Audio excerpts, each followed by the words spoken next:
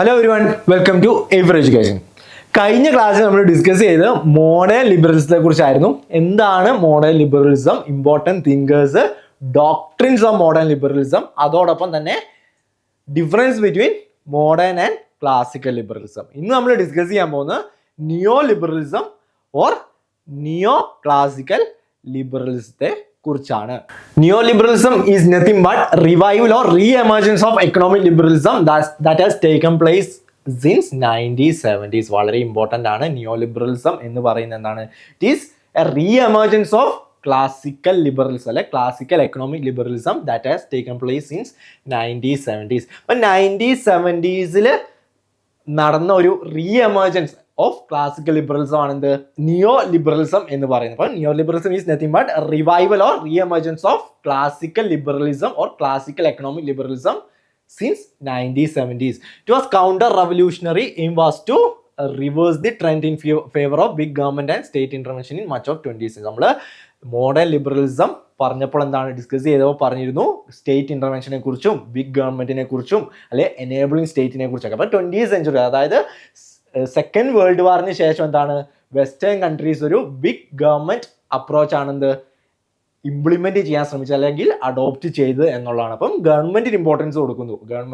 ഗവൺമെന്റിന് എക്കണോമിക്സ് വരെ especially coming to economic policy framework എന്താണ് ഗവൺമെന്റിന് ഇമ്പോർട്ടൻസ് കിട്ടി എന്നുള്ളതാണ്. അതോടൊപ്പം തന്നെ ഒരുപാട് ഗവൺമെന്റ് എന്താണ് വെൽഫെയർ പോളിസീസിന് വേണ്ടി അല്ലെങ്കിൽ വെൽഫെയറിസത്തിന് വേണ്ടി ഒരുപാട് പൈസ ചെലവാക്കി എന്നുള്ളതാണ് ആ 20th century സംഭവിച്ച കാര്യം. അപ്പം അതിനെ കൗണ്ടർ ചെയ്യാൻ വേണ്ടി അല്ലെ ആ ഒരു ട്രെൻഡിനെ റിവേഴ്സ് ചെയ്യാൻ വേണ്ടിയാണ് എന്ത് നിയോ ലിബറലിസം എന്ന് പറയുന്ന അല്ലെ നിയോ ക്ലാസിക്കൽ ലിബറലിസം എന്ന് പറയുന്ന ലിബറൽ ഫിലോസഫി 1970s എന്താണ് എമേർജ് ചെയ്തു വരുന്നത്. It was counter revolutionary. അപ്പം ആ ബിഗ് ഗവൺമെന്റ് അല്ലെങ്കിൽ സ്റ്റേറ്റ് ഇന്റർവെൻഷൻ വെൽഫെയർ സ്റ്റേറ്റ് എന്ന് പറയുന്ന ആ ഒരു ട്രെൻഡ് 20th century ഡെവലപ്പ് ചെയ്തു വന്ന ട്രെൻഡിനെ റിവേഴ്സ് ചെയ്യുക അല്ലെങ്കിൽ ആ ഒരു ട്രെൻഡിനെ എന്താണ് കൗണ്ടർ ചെയ്യാനാണ് എന്ത് നിയോ ലിബറലിസം 1970s എമേർജ് ചെയ്ത് വരുന്നത്.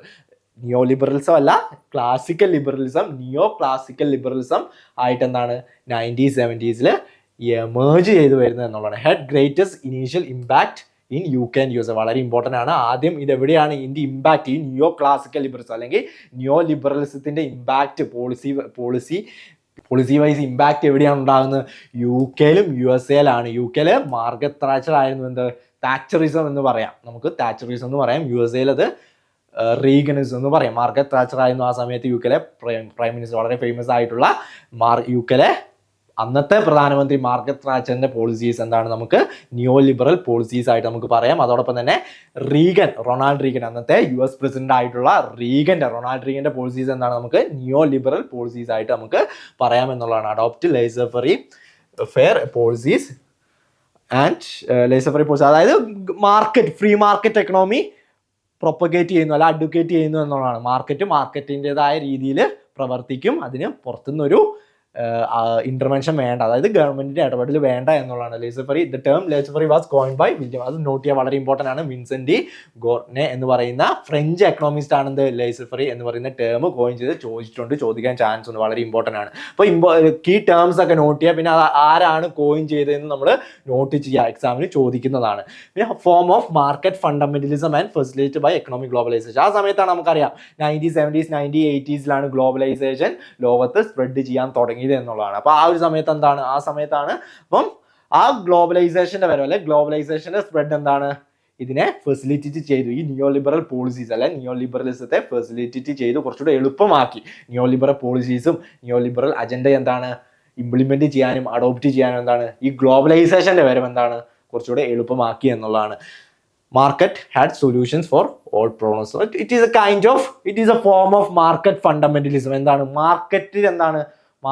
മാർക്കറ്റിൻ്റെതായ വഴിക്ക് വിട്ടേക്കാം. മാർക്കറ്റിൻ്റെതായ മെക്കാനിസം ഉണ്ട്, സിസ്റ്റം ഉണ്ട്. അപ്പോൾ അതിന് ഗവൺമെന്റ് ഇന്റർവെൻഷൻ വേണ്ട. ഇൻ കേസ് എന്തെങ്കിലും മാർക്കറ്റ് റിലേറ്റഡ് ആയിട്ടുള്ള എന്തെങ്കിലും ഇഷ്യൂസ്, സിസ്റ്റമിക് ആയിട്ടുള്ള എന്തെങ്കിലും ഇഷ്യൂസ് പ്രോബ്ലംസ് ഉണ്ടെങ്കിൽ പ്രോബ്ലംസ് ഉണ്ടായാൽ അതിനും മാർക്കറ്റ് തന്നെ അതിനെ സോൾവ് ചെയ്തോളും. അതിന് സോൾവ് ചെയ്യാനുള്ള സിസ്റ്റം മെക്കാനിസം മാർക്കറ്റിനുള്ളിൽ തന്നെ ഉണ്ട് എന്നുള്ളതാണ്. അതായത് എക്കണോമിക് സിസ്റ്റത്തിന്റെ ഉള്ളിൽ തന്നെ ഉണ്ട്. ഗവൺമെന്റിന്റെ പുറത്തുനിന്നുള്ള ഇടപെടൽ ആവശ്യമില്ല എന്നുള്ളതാണ് ഇമ്പോർട്ടൻ്റ് ആയിട്ടുള്ള കാര്യം. അതാണ് ഫോം ഓഫ് മാർക്കറ്റ് ഫണ്ടമെന്റലിസം കൊണ്ട് ഉദ്ദേശിക്കുന്നത്. Major advocates Friedrich Hayek and Milton Friedman. വളരെ ഇമ്പോർട്ടൻ്റ് ആണ്. മേജർ അഡ്വക്കേറ്റ്സ് ആരൊക്കെയാണ്? ഫെഡറിക് ഹൈക്കും മിൽട്ടൺ ഫ്രൈഡ്മാനും. അപ്പം നമ്മൾ ശ്രദ്ധിക്കേണ്ട കാര്യം നിയോ ലിബറലിസം അല്ലെങ്കിൽ നിയോ ക്ലാസിക്കൽ ലിബറലിസം എന്ന് പറയുന്നത് it is an emergence reemergence or revival of economic classical liberalism that has taken place in 1970s പിന്നെ ഉണ്ടായ ഒരു റീഎമർജൻസ് ക്ലാസിക്കൽ ലിബറലിസത്തിന്റെ എന്താണ് ഒരു റീഎമർജൻസ് ആണെന്ത് നിയോ ലിബറലിസം കൊണ്ട് ഉദ്ദേശിക്കുന്നത്. അത് ഫസ്റ്റ് നടപ്പാക്കിയത് എവിടെയാണ്, സക്സസ്ഫുള്ളി നടപ്പാക്കിയത് UK-ലും USA-ലും ആണ് എന്നുള്ളതാണ്. UK-ലും USA-ലും ആണ്. പിന്നെ ലേസർ ഫ്രീ പോളിസീസ്, അത് ഫ്രീ മാർക്കറ്റ് എക്കണോമിക് പോളിസീസ് ആണ് മെയിനായിട്ട് അഡോപ്റ്റ് ചെയ്തത്. പിന്നെ economic globalisation, it was facilitated by economic globalisation. 1980s globalisation ലോകത്ത് സ്പ്രെഡ് ചെയ്യാൻ തുടങ്ങിയത്. ആ ഒരു സാഹചര്യം എന്താണ്, ഇതിൻ്റെ അഡോപ്ഷൻ അല്ലെങ്കിൽ ഇതിൻ്റെ നിയോ ലിബറൽ പോളിസീസിൻ്റെ അഡോപ്ഷൻ അല്ലെങ്കിൽ ഇംപ്ലിമെൻറ്റേഷനെ കുറച്ചുകൂടെ എളുപ്പമാക്കി എന്നുള്ളതാണ് ഇമ്പോർട്ടൻ്റ് ആയിട്ടുള്ള കാര്യം. The term neo liberalism was coined at A meeting in Paris in 1938. വളരെ ഇമ്പോർട്ടൻ്റ് ആണ് കേട്ടോ. ഒരു മീറ്റിംഗിലാണ് നിയോ ലിബറലിസത്തെ കുറിച്ചുള്ള ചർച്ച 1930s തന്നെ വരുന്നുണ്ട്. നിയോ ലിബറലിസത്തെ കുറിച്ച് ഉള്ള ചർച്ച വരുന്നുണ്ട്. ആ ഒരു സാഹചര്യത്തിലാണ്, ആ ഒരു സമയത്താണ് ഈ വെൽഫെയർ സ്റ്റേറ്റ് ഇങ്ങനെ ഡെവലപ്പ് ചെയ്ത് എമേർജ് ചെയ്ത് വരുന്നത്. വെൽഫെയർ സ്റ്റേറ്റിൻ്റെ അതോടൊപ്പം തന്നെ ബിഗ് ഗവൺമെൻറ്റിൻ്റെ ഇമ്പോർട്ടൻസിനെ കുറിച്ചൊക്കെ ചർച്ച പിന്നെ എന്താണ് ഇംപ്ലിമെൻറ്റേഷൻ ലെവലിൽ വരുന്നത്. ബിഗ് ഗവൺമെൻറ്റിന് ഇമ്പോർട്ടൻസ് കിട്ടുന്നത് ഇംപ്ലിമെൻറ്റേഷൻ ലെവൽ, പോളിസി ഇംപ്ലിമെൻറ്റേഷൻ ലെവലിൽ ബിഗ് ഗവൺമെൻറ്റിനും സ്റ്റേറ്റ് ഇൻ്റർവെൻഷനും വെൽഫെയർ സിസ്റ്റത്തിനൊക്കെ ആ സമയത്ത് ഇമ്പോർട്ടൻസ് കിട്ടുന്നത് ഇംപ്ലിമെൻറ്റേഷൻ ലെവൽ. ആ ഒരു സാഹചര്യത്തിലാണ് നിയോ ലിബറലിസം എന്ന് പറയുന്ന ടേം കോയിൻ ചെയ്യപ്പെടുന്നത്. 1938 പാരീസിൽ നടന്ന ഒരു മീറ്റിംഗിലാണ് ഈ ഒരു ടേം കോയിൻ ചെയ്യപ്പെടുന്നത്. The delegates were two men who came to define the ideology, Ludwig Mises and Frederick Hayek. വളരെ ഇമ്പോർട്ടൻ്റ് ആണ്. രണ്ട് ഇമ്പോർട്ടൻ്റ് ആയിട്ടുള്ള ആൾക്കാരാണ് അല്ലെങ്കിൽ തിങ്കേഴ്സ് ആണ് അല്ലെ ഡെലിഗേറ്റ്സ്. മീറ്റിംഗിലെ രണ്ട് ഇമ്പോർട്ടൻ്റ് ആയിട്ടുള്ള പാർട്ടിസിപ്പൻസ് ആയിരുന്നു Ludwig von Mises and Frederick Hayek. അപ്പോൾ ഇവർ രണ്ടുപേരും ഈ ഒരു ടേം നിയോ ലിബറലിസം എന്ന് പറയുന്ന ടേം ഡിഫൈൻ ചെയ്യാൻ കീ റോള് വഹിച്ചു എന്നുള്ളതാണ്. Both exiles from Austria social democracy exemplified by Franklin D Roosevelt's New Deal and the gradual development of Britain's welfare state as manifestations of a collectivism that occupy the same spectrum as Nazism and communism. അപ്പോൾ already പറഞ്ഞു neo liberalism എന്ന് പറയുന്ന ഒരു counter revolution ആണ് അല്ലെ, counter policy framework ആണ്. എന്തിനെതിരെ? Social democracy അല്ലെങ്കിൽ എന്താണ് വെൽഫെയർ സ്റ്റേറ്റ് എന്നെതിരെയുള്ള ഒരു കൗണ്ടർ പോളിസി ഫ്രെയിംവർക്ക് ആണെന്ത്, ഒരു കൗണ്ടർ ഫിലോസഫി ആണെന്ത് നിയോ ലിബറലിസം എന്ന് പറയുന്നത്. അപ്പം ഇതിൽ ഈ ഒരു മീറ്റിങ്ങിൽ പാർട്ടിസിപ്പേറ്റ് ചെയ്ത ആൾക്കാർ അല്ലെങ്കിൽ മെയിൻ ആയിട്ട് വരുന്ന ലുഡ്വിഗ് വോൺ മിസസും ഫ്രെഡറിക് ഹൈക്കും. അപ്പോൾ ഈ ഒരു വെൽഫെയർ സ്റ്റേറ്റ് സിസ്റ്റത്തിനെതിരെയായിരുന്നു ഇവർ ഈ മീറ്റിംഗിൽ മെയിൻലി ഡിസ്കസ് ചെയ്തത്. എക്സംപ്ലിഫൈഡ് ബൈ മെയിൻലി നമ്മൾ ന്യൂഡീൽ ഫ്രാങ്ക്ലിൻ ഡി റൂസ്വെൽറ്റിൻ്റെ ന്യൂഡീലിനെ കുറിച്ചൊക്കെ പറഞ്ഞു. അതോടൊപ്പം തന്നെ ബ്രിട്ടൻസ് വെൽഫെയർ സ്റ്റേറ്റ്. അപ്പം വെസ്റ്റേൺ സിസ്റ്റത്തിൽ സംഭവിച്ചുകൊണ്ടിരിക്കുന്ന ഒരു വെൽഫെയർ എമേർജ് ചെയ്ത് വരുന്ന ഡെവലപ്പ് ചെയ്ത് നിൽക്കുന്ന ഒരു വെൽഫെയർ സ്റ്റേറ്റ് സിസ്റ്റത്തിനെയാണ് മെയിൻലി ഇവർ ക്രിറ്റിസൈസ് ചെയ്യുന്നത്. അപ്പോൾ അതിനെ എന്തിനാണ് ഉപമിച്ചത്, കമ്പയർ ചെയ്ത് നാസിസവും കമ്മ്യൂണിസവും ആയിട്ടാണ് കമ്പയർ ചെയ്യുന്നത്. ഈ ഒരു വെൽഫെയർ സ്റ്റേറ്റ് സിസ്റ്റത്തിനെ നാസിസവും കമ്മ്യൂണിസവും ആയിട്ടാണ് കമ്പയർ ചെയ്യുന്നത്. ഈ ഒരു മീറ്റിങ്ങിൽ പാർട്ടിസിപ്പേറ്റ് ചെയ്ത തിങ്കേഴ്സ് അല്ലെങ്കിൽ പാർട്ടിസിപ്പൻസ് മെയിനായിട്ട് കമ്പയർ ചെയ്യുന്നത്. ഇനി റോഡ് ടു സെർഫ്ഡം, വളരെ ഇമ്പോർട്ടൻ്റ് ആയ പുസ്തകമാണ് Road to Serfdom. Friedrich Hayek argued that, Friedrich ഹൈക്കിന്റെ പുസ്തകമാണ് റോഡ് ടു സെർഫ്ഡം എന്ന് പറയുന്നത്. Argued that government planning by crushing individualism would lead inexorably to totalitarian control. അപ്പം മോഡേൺ ലിബറലിസം മുന്നോട്ട് വെക്കുന്നത് എന്താണ്? ഇൻഡിവിജ്വാലിറ്റി ആണ് മുന്നോട്ട് പറയുന്നത്. ഇൻഡിവിജ്വലിസത്തെ കുറിച്ചല്ല പറയുന്നത്. ക്ലാസിക്കൽ ലിബറലിസം ആണ് ഇൻഡിവിജ്വലിസത്തെ കുറിച്ച് പറയുന്നത്. മോഡേൺ ലിബറലിസം പറയുന്നത് ഇൻഡിവിജ്വാലിറ്റിയെ കുറിച്ചാണ്. അപ്പോൾ ഇൻഡിവിജ്വലിസം എന്ന് പറയുന്ന സങ്കല്പത്തെ ക്രഷ് ചെയ്ത് സപ്രസ് ചെയ്താണ് ഗവൺമെന്റ് പ്രവർത്തിക്കുന്നതെങ്കിൽ അത് പിന്നീട് അത് ഒരു ടോട്ടലിറ്റേറിയൻ സിസ്റ്റമായി മാറും, അല്ലെങ്കിൽ ടോട്ടലിറ്റേറിയൻ കൺട്രോൾ ആയി മാറും എന്നുള്ളതാണ് റോഡ് ടു സെർഫ്ഡം എന്ന് പറയുന്ന പുസ്തകത്തിൽ ഫ്രെഡറിക് ഹൈക്ക് മെയിനായിട്ട് പറയുന്നത്. അപ്പോൾ ഒരു വ്യക്തിയുടെ എല്ലാ തലത്തിലുള്ള ഫ്രീഡത്തെ റെസ്ട്രിക്റ്റ് ചെയ്താൽ അത് പിന്നീട് ടോട്ടലിറ്റേറിയൻ കൺട്രോളായി മാറും എന്നുള്ളതാണ് ഇമ്പോർട്ടൻ്റ് ആയിട്ടുള്ള കാര്യം. അപ്പോൾ റോഡ് ടു സെർഫ്ഡം എന്ന് പറയുന്ന പുസ്തകത്തിൽ ഫ്രെഡറിക് ഹൈക്ക് പറയുന്നത്. ഫ്രെഡറിക് ഹൈക്ക് ഫൗണ്ടഡ് വളരെ ഇമ്പോർട്ടൻ്റ് ആണ്. 1947 എന്താണ് സംഭവിച്ചത്? First organisation that would spread the doctrine of neo liberalism. 1947 എന്ത് ഫെഡറിക് ഹൈക്ക് ഒരു ഓർഗനൈസേഷൻ ഫൗണ്ട് ചെയ്യുന്നുണ്ട്, ഒരു ഓർഗനൈസേഷൻ എസ്റ്റാബ്ലിഷ് ചെയ്യുന്നുണ്ട്, സ്റ്റാർട്ട് ചെയ്യുന്നുണ്ട്. ആ ഓർഗനൈസേഷൻ ഇതാണ് ആ ഓർഗനൈസേഷന്റെ പ്രത്യേകത. It was the first organisation that would spread the doctrine of neo liberalism. അപ്പം neo liberalism doctrine, neo liberalism എന്ന് പറയുന്ന ഫിലോസഫി, ലിബറൽ ഫിലോസഫി സ്പ്രെഡ് ചെയ്യാൻ വേണ്ടി ഫൗണ്ട് ചെയ്ത ഫസ്റ്റ് ഓർഗനൈസേഷൻ ആരാണ് സ്റ്റാർട്ട് ചെയ്യുന്നത്, ഫൗണ്ട് ചെയ്തത്? അത് ഫെഡറിക് ഹൈക്കാണ്. വളരെ ഇമ്പോർട്ടൻ്റ് ആണ്. പിന്നെ 1947 എന്താ അത് ഫൗണ്ട് ചെയ്യുന്നത്? ആ ഓർഗനൈസേഷൻ്റെ പേരെന്താണ്? It was supported financially by millionaires and the foundations. ആ ഓർഗനൈസേഷൻ്റെ പേര് മോൺ പെലറിൻ സൊസൈറ്റി. വളരെ ഇമ്പോർട്ടൻ്റ് ആണ്, നോട്ട് ചെയ്യാം. മോൺ പെലറിൻ സൊസൈറ്റി ആണ് ആ ഓർഗനൈസേഷൻ്റെ പേര്. അപ്പോൾ മോൺ പെലറിൻ എന്ന് പറയുന്നത് സ്വിറ്റ്സർലാൻഡിലെ ഒരു സ്ഥലമാണ്. സ്വിറ്റ്സർലാൻഡിലെ ഒരു സ്ഥലത്തു നിന്നാണ് പിന്നെ സൊസൈറ്റി ഫോം ചെയ്യുന്നത്. അപ്പോൾ സ്വിറ്റ്സർലാൻഡിലെ സ്ഥലമാണ്, ആ സ്ഥലത്തിൻ്റെ പേരിലാണെന്ത് ഈ സൊസൈറ്റി അറിയപ്പെടുന്നത്. It was support of financially millionaires. അപ്പോൾ ഒരു വെൽത്തി ആയിട്ടുള്ള ആൾക്കാരുടെ ഒരു ബോഡിയാണെന്ത്, അല്ലെങ്കിൽ അവരുടെ ഐഡിയാസ്, അവരുടെ തോട്ട്സ് കാര്യങ്ങളൊക്കെ ഡിസ്കസ് ചെയ്തു വെൽത്തി ആയിട്ടുള്ള ആൾക്കാരാണ് മെയിൻലി ഇത് ഫണ്ട് ചെയ്യുന്നത്. അതോടൊപ്പം തന്നെ അവരുടെ ഇൻട്രസ്റ്റ് മുന്നോട്ട് വയ്ക്കുന്ന ഒരു ബോഡിയാണെന്ത് മോൺ പെലറിൻ സൊസൈറ്റി എന്ന് പറയുന്നത്. Group A total of 39 people and selected by Frederick Hayek would go on to form one of the most influential thought collectives in history. അപ്പോൾ നമുക്കറിയാം ഈ ഒരു 1990s ശേഷം, especially when coming to after the end of cold war, അതോടൊപ്പം തന്നെ spread of globalisation, neo liberal economic സ്ഫിയറിൽ neo liberal policies ആണ് എല്ലാ ഗവൺമെൻറ്റും, മോസ്റ്റ് പ്രോബബ്ലി എല്ലാ ഗവൺമെൻറ്റും അഡോപ്റ്റ് ചെയ്യുന്നത്. അപ്പം it was one of the most influential thought collectives in history. 1947 ഫൗണ്ട് ചെയ്ത മോൺ പെലറിൻ സൊസൈറ്റി എന്ന് പറയുന്ന ഓർഗനൈസേഷൻ മുന്നോട്ട് വെച്ച ആശയമാണെന്ത്, പിൻകാലത്ത് എസ്പെഷ്യലി കമ്മിങ് ടു 1990s എന്താണ് ആ ഒരു പോളിസീസ്, അല്ലെ ആ ഒരു ഫിലോസഫി റിലേറ്റഡ് ആയിട്ടുള്ള policies, especially coming to economic സ്ഫിയറിൽ എല്ലാ ഗവൺമെന്റും, മെജോറിറ്റി ഓഫ് ദ ഗവൺമെന്റും അഡോപ്റ്റ് ചെയ്ത് എന്നുള്ളത്. അപ്പം it was one of the most influential thought collectives in history. Hike argue that economic liberty is the prerequisite for political liberty. അപ്പോൾ political liberty വേണമെങ്കിൽ എന്താണ് വേണ്ടത്?